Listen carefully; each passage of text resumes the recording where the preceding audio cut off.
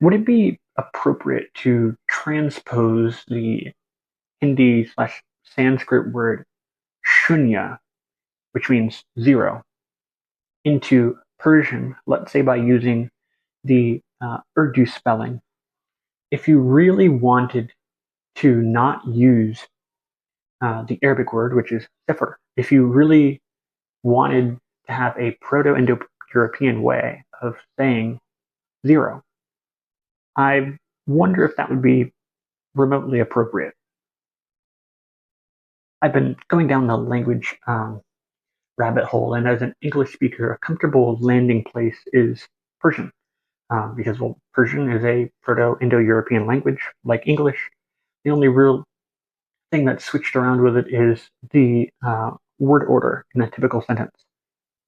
What's really nice about Persian is that it has a breadth of both similarities with other Indo-Iranic languages, while also having some unique non-Indo-Iranic loanwords. Sort of like how the foundation of English is very Germanic, and we have a lot of Germanic words. Um, but especially when it comes to nouns, those Germanic words have been replaced or supplanted by Greco-Latin words, where in a similar likeness, Persian will have a lot of similarities with Urdu and Hindi, but at other points will not. And particularly when it comes to nouns, um, and as I mentioned, the number zero, Persian will often choose Arabic, and it's not uncommon for the Arabic equivalents of things to be most typically said. One of my favorite things to do with languages is start from a common or predictable dialect. Let's say, and this is something I did in school pretty often, right?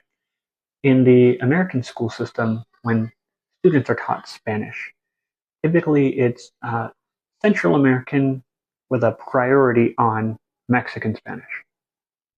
And so something that I've always liked to do and has been fun is um, taking what typically would be said one way and changing a noun to add variance to my speech and vocabulary. So uh, the typical general way of describing French fries, um, especially from being taught by someone who typically speaks Mexican Spanish per se, um, would be the noun would be papas fritas, right? French fries, potatoes that are fried. However, although papas fritas is the common way of saying French fries, um, you can describe potatoes and thus fries in another way that's perfectly acceptable Spanish, like patatas fritas.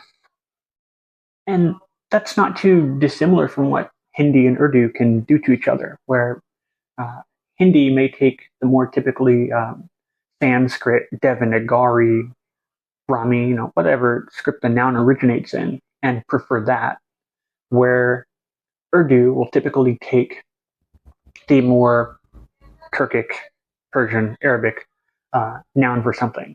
Although, because Hindi and Urdu are essentially two registers of what would otherwise be the same language, sometimes you can see them effectively cross over, where someone who typically speaks what one would call Hindi may kind of step out and choose what's typically a more Urdu or a non Sanskrit word.